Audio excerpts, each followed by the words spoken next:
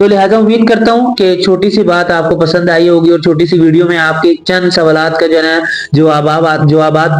آپ کو مل گیا ہوگا. انشاءاللہ اگلی ویڈیو میں پھر حاضر ہوں گے اور اچھی ویڈیو لے کر حاضر ہوں گے. اگلی ویڈیو تک کے لیے اجازت دیجیے گا اور دعا میں ہمیں یاد رکھیے گا. اللہ حافظ.